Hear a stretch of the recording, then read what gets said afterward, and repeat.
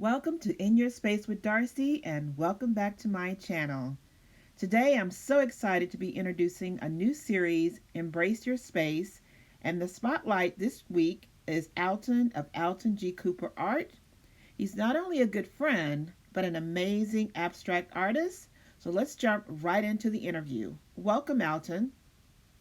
Today, my guest artist is Alton of Alton G. Cooper Art. And he is actually in Atlanta. So welcome to Atlanta, Alton. Thank you, Dorsey, for having me on your YouTube channel, In Your Space with Dorsey. It's a pleasure to have you here, Alton. You know, you and I go back quite a few years. We've known each other for a while. We go way, way back, and we're friends.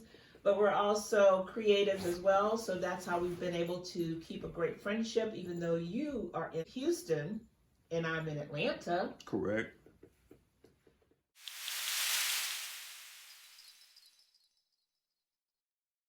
What has kept our friendship, you think, going so far? I would definitely say the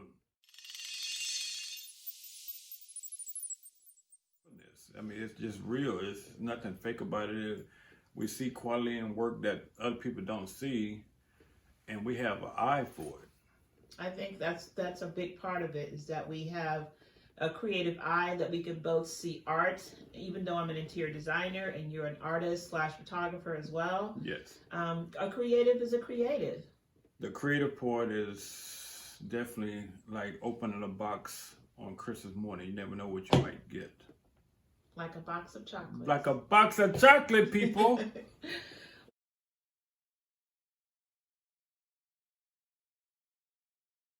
Well, I think this is going to be a great interview. I've been wanting to do In Your Space with Darcy for a while, and I just launched it about a month ago, and I definitely wanted you to be my first artist. Thank you. And, you know, you're welcome, and I'm just excited about it.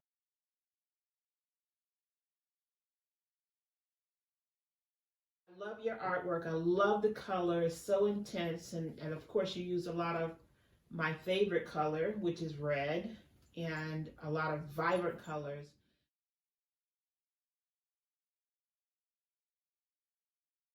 Let me go into asking you some of the questions that I want the audience and my audience to know about you, how Alton Cooper works. Okay.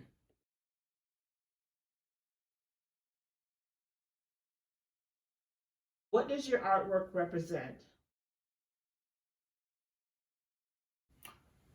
Most definitely, my artwork definitely touches my inner emotion. Mm-hmm. It touches on current events. Comes out onto the canvas. You know, each color has a different meaning. You put those colors together and you would get a story from the colors within themselves.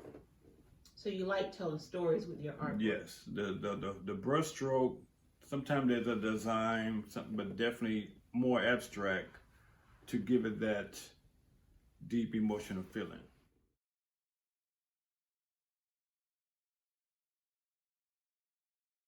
So an emotional connection is what Yes. you want your pieces to have your audience or the person that owns a piece of your art to feel. Most definitely.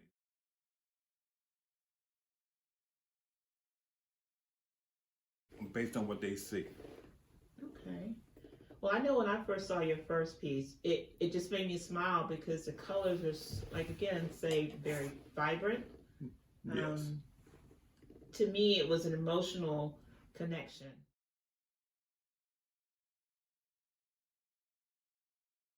You and the more art that you sent me, it just told me a lot more about you, that you see the world in color. Yes.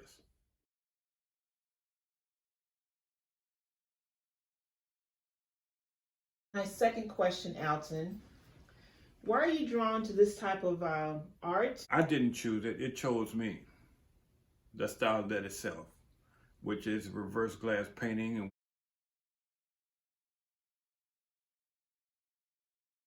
I had the desire to paint, and the only thing I had at the time was glass.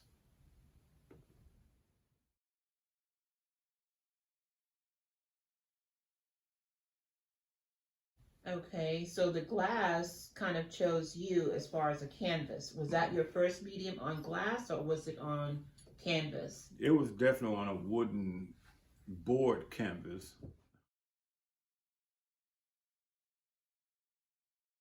Yeah, but wood board, canvas, glass.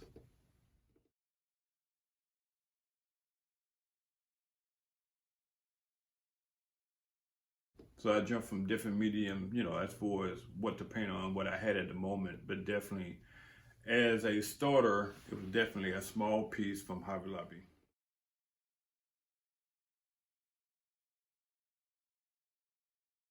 The type of material that you make it on to make it more, um, I guess you could say, uh, cost more or more desirable for someone to want it on canvas or on glass.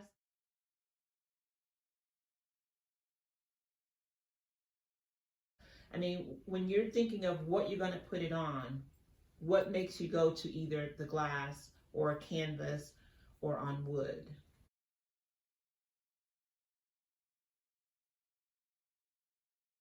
Definitely a different effect from Mm-hmm. glass to wood to fabric and so on.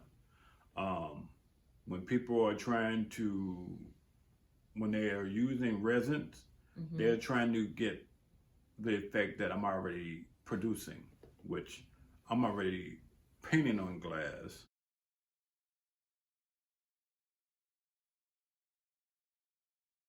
Okay. in which they want to use the resin to have that really glassy effect. Okay,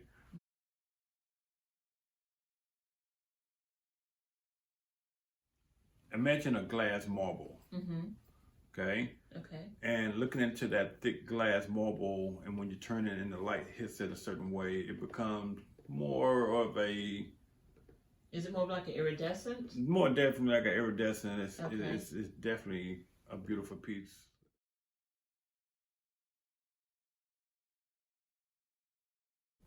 to gaze at on and on. Okay. I mean, what inspires you and what connection do you have to the art when you're making it?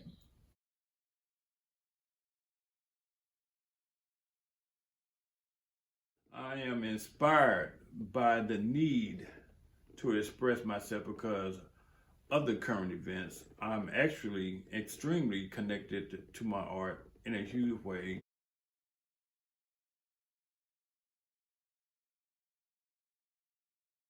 So you're pouring yourself into the art.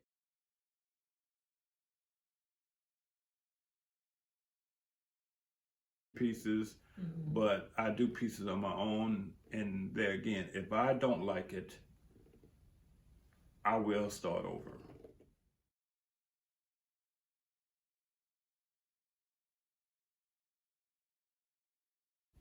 So if a piece that you've started and you almost are finished with it, how far will you go back to redo it to make it exactly what you want? I mean, will you start completely over? Completely,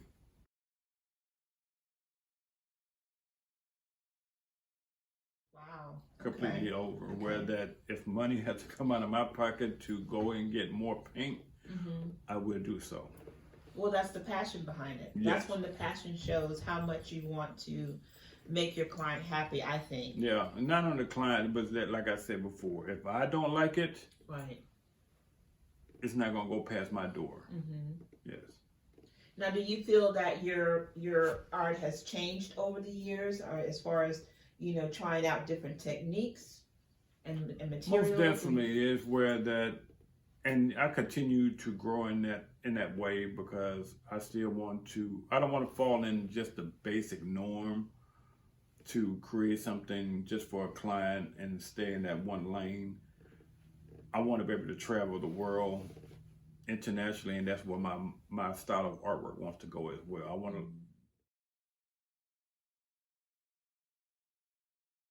cultures, mm-hmm. internationally. Every race on the planet has a story to tell, and I want to be a part of it.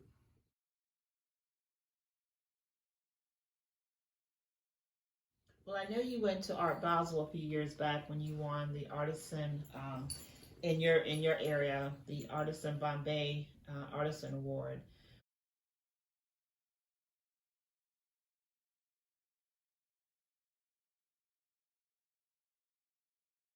When you saw the different people that were in Miami for Art Basel, Yes. that let you know I'm thinking that your audience can be all over the world.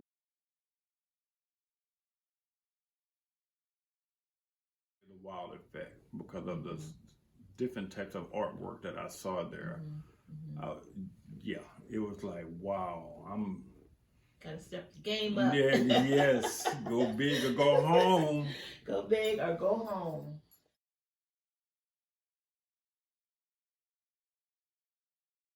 Well, I think as a designer, and I'm speaking as a designer to an artist, Yes. I feel that when we are looking for art for our clients, we want to make sure that when we have a commission piece from an artist, we want to make sure that you see our vision.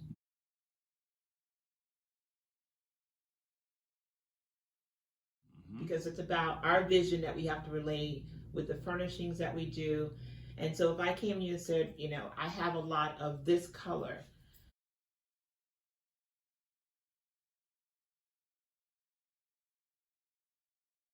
in this room and it's not really a medium or a color that you're used to, are you able to relay those colors into your artwork depending on what I'm looking for, as far as if I wanted more muted colors?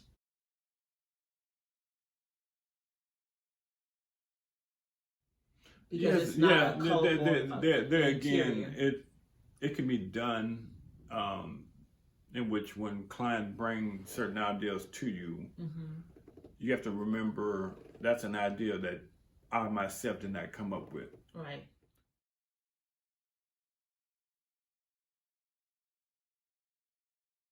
Which definitely gives me like, ooh, I can't wait to do that. I can't wait to try it out because there again, it's a new ideal, it's a new thing to create. Yeah, I definitely I have taken up on opportunities to try new things.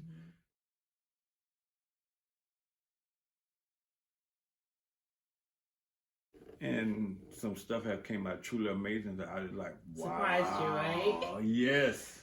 And I guess that's why I asked it, because one of the questions I had for you was, you know, if your client doesn't really have a particular style, but they have a color that they love, how do you go about interviewing that client when that client doesn't even know what they want and it's a commission piece?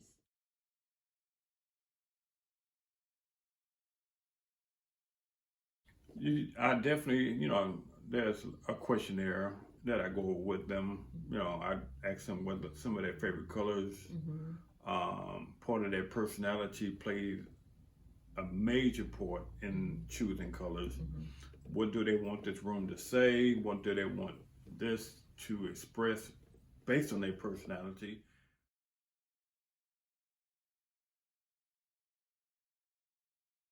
And that's where I start from. I think that's a good point to start from, because you really want to have your client have an emotion when they see your artwork. Yes. And if they're in that room a lot, be it a living room, a bedroom, I know for me, I want that color to be either soothing, I want it to give me some emotion. Yes. And I'm assuming, and I know because I've seen your work and I've known you for years, that you do make people react to your work. Yes.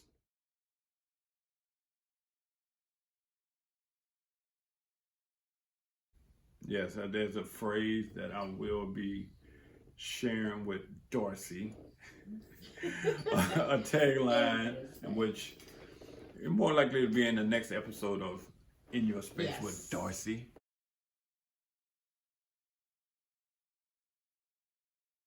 There will be a part 2. Yeah, so part 2 will be coming up. More likely I will be doing some live painting, and we'll take it from there. Okay. Yeah. Okay. Now, what is your background in how you picked up the paintbrush and started Alton G.Cooper's art? How did you get started?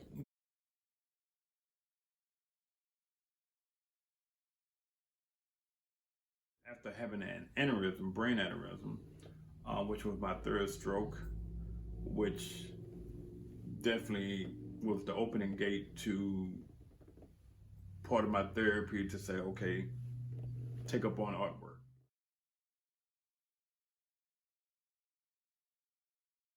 Like starting from ground zero, basically. Okay, okay. And I know we'll go more into that on our part 2 of our interview because there is a story behind it, and I think it's an amazing story.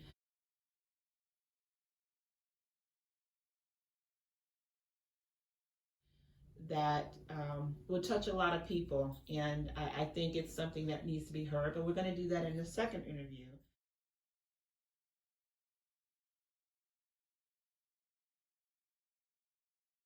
But I just wanted to kind of prep people to kind of know that there is a story behind your amazing artwork. Last question, and that is to say, what art do you most identify with? Medium do you define yourself in? I would definitely say more abstract artwork, but the love of art just really just make me want to touch and still learn. You have to understand, just because I do a certain style doesn't make me want to just stay in one lane.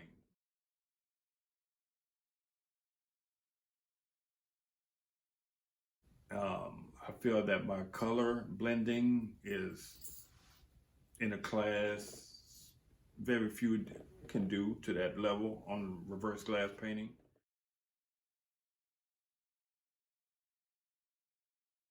Fine art, I love oil and so on, but my style at the current time, right now, is abstract.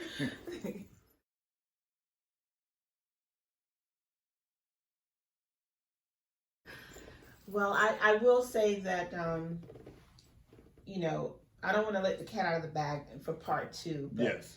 You know, we are going to be working on some pieces together that are going to blow people away. And I can't wait for the second interview with Alton G.Cooper Art.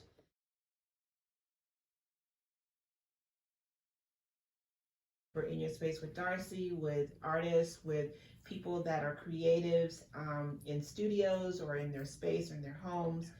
And that's why I love this guy, guys. He's an amazing person, a great friend, and a beautiful person, a big-hearted person. And that's why I wanted him to be my first guest. Just feed me. In Your Space with Darcy. I want to thank. Well, you know what? We almost forgot. We have a giveaway. In Your Space with Darcy. And this will be a piece that will be given away that's signed by Alton G.Cooper. That's him. Yes. And I'm looking forward to giving that away a week from tomorrow. So definitely check it out. All of the information on how to get that beautiful piece will be on my Instagram, Darcy Harris Design, and also In Your Space. Why do Darcy. I want to do this?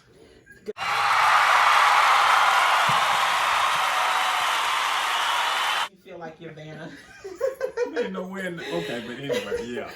So I'm just, so thrilled that this beautiful piece is going to go to some amazing person that's very deserving of art.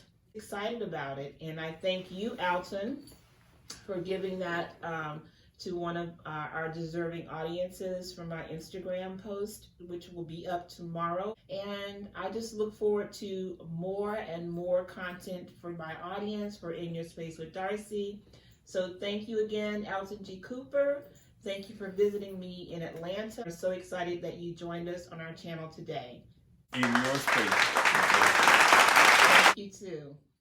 Okay, guys, thanks for joining me today and my guest, Alton of Alton G.Cooper Art. If you're liking what you're seeing, please don't forget to like, share, and subscribe. And until the next time, In Your Space with Darcy, we'll see you soon. Take care.